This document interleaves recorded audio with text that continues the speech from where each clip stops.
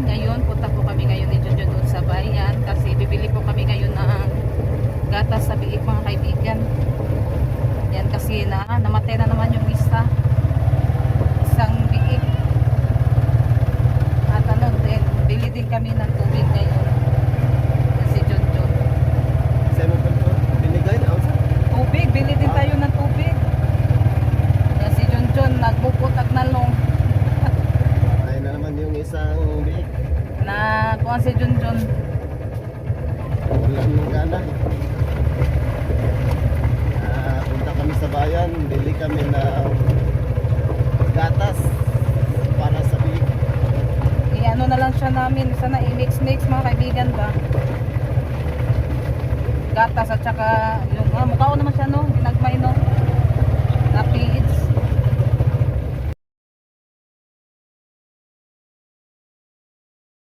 Na sobrang payat na kasi yung mga biik namin.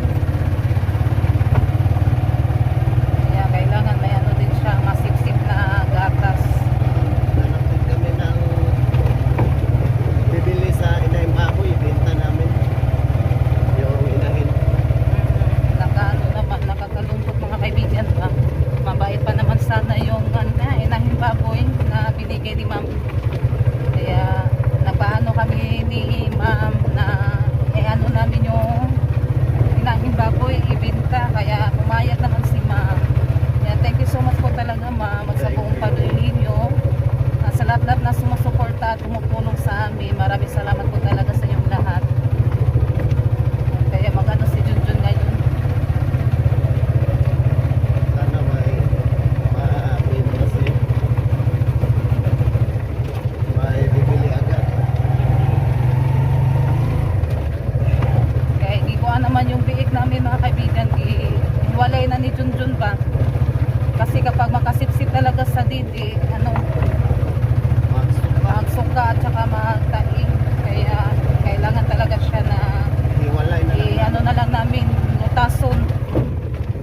Kita-kits na lang po tayo doon sa mga kaibigan, bayan. Tanong ka kung anong Pwede naman na. para sa biik. Ano yung Nakalimutan ko. tanong mo doon? Ay, Magtanong na lang tayo sa yung nagbenta ng mga pigs ba, tsaka yung pangano sa baboy, mga gatas.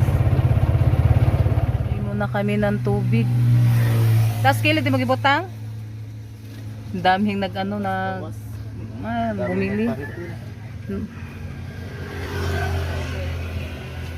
Yan, balikan na lang po namin yung ating tubig kasi dami na pa-repair. Magtanong muna si Junjun. Andito na po kami sa bayan.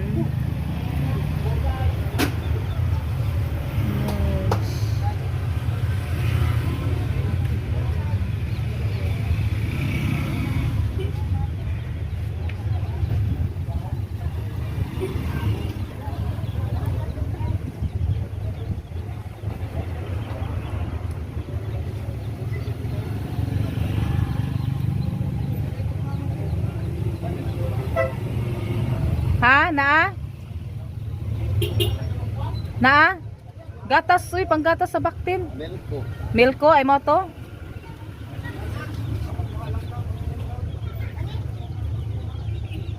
Palit na po ko ano ibibiron mga kaibigan.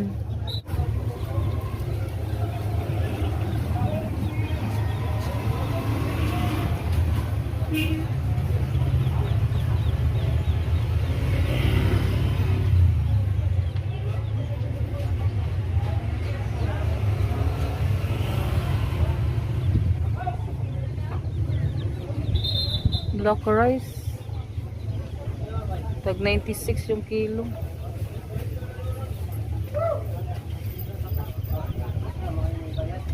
Yan, nakabili na. Isar ka kuha na mo gipalit. Tapila man na. Tungas kilo. Tapila man din na. 150. 150. Yeah. Tulor mo ka to sa ibutang sa kabidiro. Ayaw niya na lang puguan. Kay basi di ato sang isuway. 500 grams mo ni. Ana. Yan mga kaibigan. Nakabili na kami. Milko plus. Milko plus para ano naman. Babalik na naman yung ano nila maka tutoy na ani ba. Para bumalik yung ano nila. Taba. Yan, ano na namin yung tubig. Yan, pauwi na din po kami. Nag-ano, nag-ano muna kami sa tubig, nagkuha. Ayan, naikarga na po yung 4 na galon.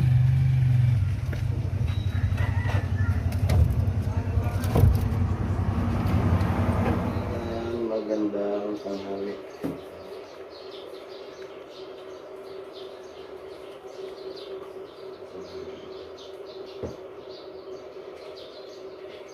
Dalawang bibiron din yung binili namin gagamitin sa pagpasuso sa biik.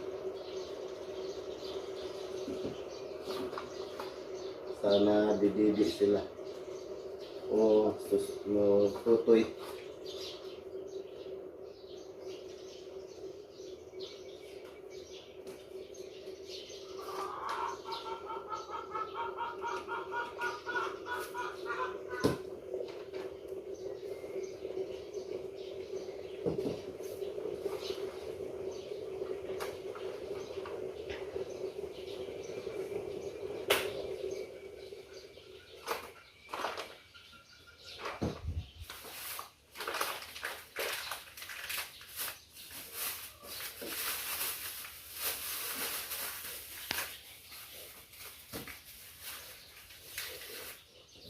Lagyan na natin ng mainit na tubig. Mga kaibigan, nalagyan ko na siya ng mainit na tubig.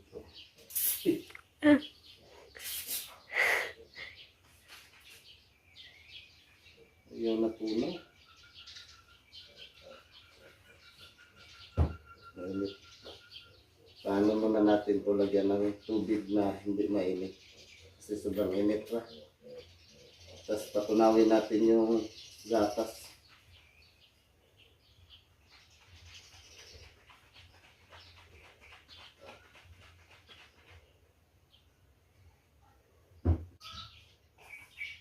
Na mga kaibigan, natunaw na yung gatas sa biik. Para din pala siyang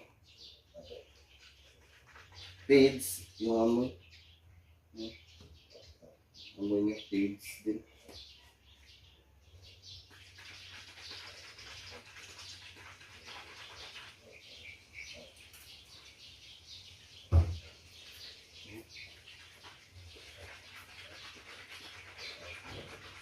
Kaya mamaya ipasuso namin to katutoy.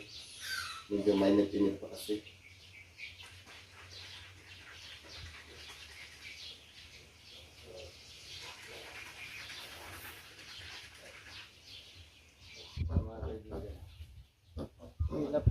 Ito na siya. So yung gatas nila, inaluan ko na lang ng feeds, tas dito ko nilagay. Kasi ayaw nilang dumidi sa binili naming bibiron na ano, siguro nabaguhan.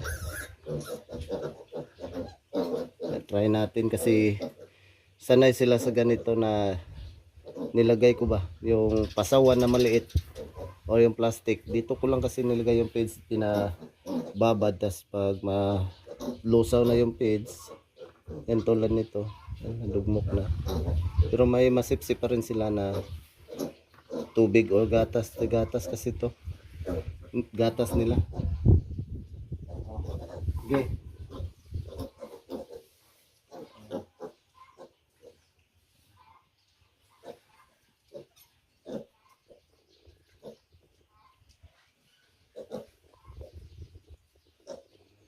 Okay, kain kayo.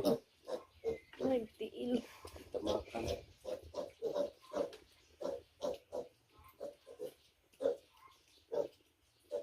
Yung iba kumakain, yung iba hindi. Hindi kain. Para tumaba ulit. Yung iba kasi nito pumayat na. Nakayat ko. Bito.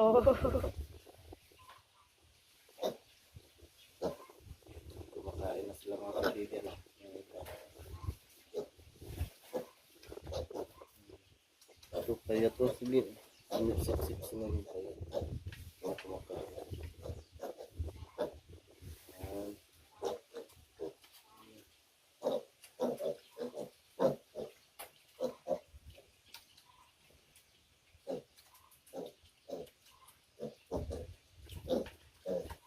Kaibigan, ito naman yung inahin. Palagi lang tong nakahiga.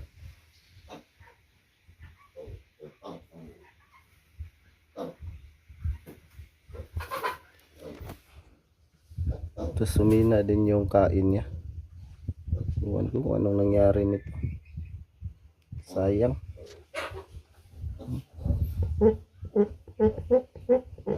Saan naman ka? Boy. Uy. Tayo.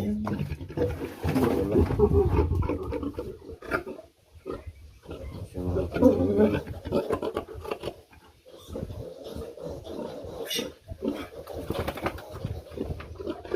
Yan, tapos ko na silang mapakain. Kinuha ko na yung pinakainan sa kanila para hindi madumihan uli kasi may mga manok.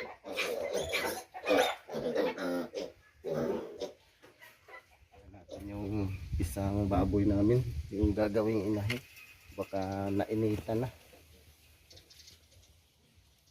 Daan.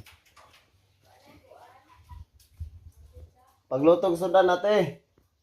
Pagluto mo sudan, ito na lang siya muna kasi may ano pa doon, mga biik sa kabila. Maano na naman yung mukha, maputik na.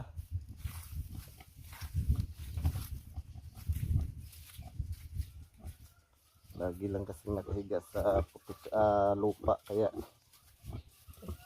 putik. May alikabok mga kaibigan.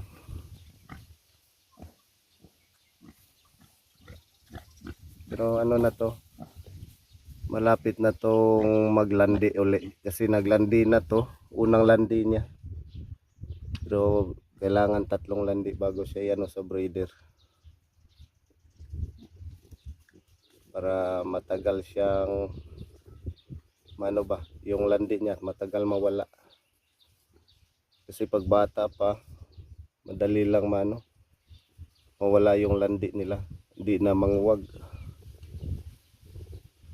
Kailangan mga 7 months talaga or 8 bago yan sa breeder. Kaya yung inahin namin yung nasa loob ng kulungan, ibibenta na lang namin yun. Kanina may buyer kami na pinuntahan, tapos sabi niya pupunta siya dito. Naantay ko na lang para malaman kung magkano yung presyo or bili ng buyer. Kaya antay-antay na lang muna kami dito na iba sa bahay. Yun na siya mga kaibigan.